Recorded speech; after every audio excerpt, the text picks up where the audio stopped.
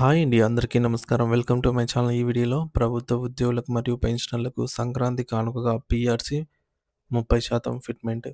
మరి దీనికి సంబంధించిన పూర్తి వివరాలు వీడియోలో తెలుసుకుందాము. వీడియో అయితే ఎక్కడ గాని స్కిప్ చేయకుండా ఎండ్ వరకు చూసేయండి. అప్పుడే ఇన్ఫర్మేషన్ పూర్తిగా అర్థమవుతుంది.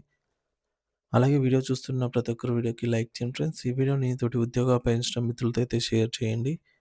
కొత్తగా మన ఛానల్ చూస్తున్న వారు ఇంకా ఎవరైనా సబ్స్క్రైబ్ చేసుకున్నట్లయితే వెంటనే మన ఛానల్‌ని సబ్స్క్రైబ్ చేసుకోండి. సో, దీని ద్వారా నేను చేసే లేటెస్ట్ వీడియోస్ అన్నీ మీ వరకు రీచ్ అవుతాయి. ఇక ఆలస్యం చేయకుండా వివరాల్లోకైతే వెళ్ళిపోదాము.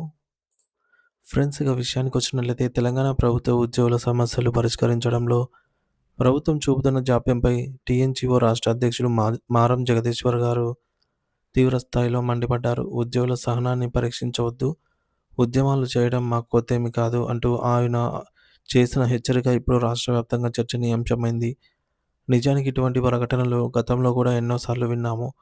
ప్రతిసారి ప్రభుత్వ సంఘాల నేతలను పిలిచి చర్చలు జరపడం, తీపి కబురు చెబుతామని హామీలు ఇవ్వడం, ఆ తర్వాత మళ్ళీ వాయిదాల పర్వం మొదలవ్వడం అనేది ఒక అలవాటుగా మారిపోయింది. ఇది ఉద్యోగులలో ఒక రకమైన అపనమ్మకాన్ని, నిరాశను కలుగజేస్తోంది. హామీలు ఇవ్వడం, వాటిని నమ్మి నేతలు బయటికొచ్చి శుభవార్త అని చెప్పడం, కానీ క్షేత్రస్థాయిలో ఏదీ అమలు కాకపోవడం అనేది ఒక చక్రంలా తిరుగుతోంది. ప్రస్తుతం ఉద్యోగులు, ఉపాధ్యాయులు మరియు పెన్షనర్లు ఎదుర్కొంటున్న సమస్యలు 1 కాదు, 2 కాదు. పెండింగ్‌లో ఉన్న 5 డీఏలు, కొత్త పీఆర్సీ నివేదిక ప్రకటన, నామమాత్రంగా మారిన హెల్త్ కార్డులు, ఏళ్ల తరబడి అకౌంట్లలో పడని సరెండర్ లీవ్ బిల్లులు మరియు రిటైర్మెంట్ బెనిఫిట్స్ వంటివి ఎన్నో ఉన్నాయి. వీటన్నిటిని మించి సీపీఎస్ రద్దు, ఓపీఎస్ పునరుద్ధరణ అనేది ఒక ప్రధాన డిమాండ్‌గా మారింది.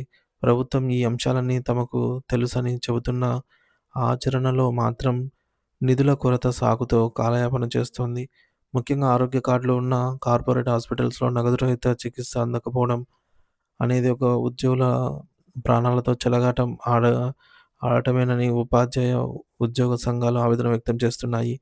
ఇక్కడ గమనించాల్సిన మరొక ముఖ్యమైన విషయం ఏమిటంటే, సంఘాల నేతలు ఇచ్చే ఈ హెచ్చరికలు కేవలం పేపర్ సెటిల్‌మెంట్‌గా అయితే లేదా ప్రసంగాలకే పరిమితం అవుతాయా? లేక నిజంగానే కార్యాచరణలోకి వస్తాయా అనేది సామాన్య ఉద్యోగులు ప్రశ్నిస్తున్నారు. కేవలం మొక్కుబడి విజ్ఞప్తులు కాకుండా ప్రభుత్వంపై ఒత్తిడి తెచ్చేలాగా గట్టిగా నిలదీయాలని అందరూ కోరుతున్నారు. ఈ క్రమంలోనే పెన్షనర్లు కొంత అసహనానికి లోనవుతున్నారు.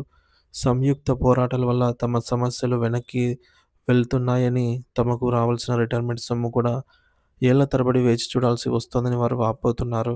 అందుకే వారు తమ సొంత పోరాట వేదికలను బలోపేతం చేసుకుంటూ ప్రభుత్వంపై నేరుగా ఒత్తిడి తెచ్చే ప్రయత్నాలు మొదలుపెట్టారు. ఏది ఏమైనా ఉద్యోగుల సహనానికి కూడా ఒక హద్దుంటుంది. పెరుగుతున్న ధరల దృష్ట్యా జీతాలు, పెండింగ్ బకాయిలు సకాలంలో అందకపోతే మధ్యతరగతి ఉద్యోగుల కుటుంబాలు ఆర్థికంగా చిన్నాభిన్నమవుతాయి. ప్రభుత్వం ఇకనైనా సాకులు వెతకడం మానేసి ఉద్యోగ సంఘాలతో ముఖాముఖి చర్చలు జరిపి ఒక స్పష్టమైన కాలపరిమితితో కూడిన హామీని ఇవ్వాలి. కేవలం ఒక డీఏ ఇచ్చి మిగిలిన ప్రధాన సమస్యలను పక్కన పెట్టడం సరికాదు.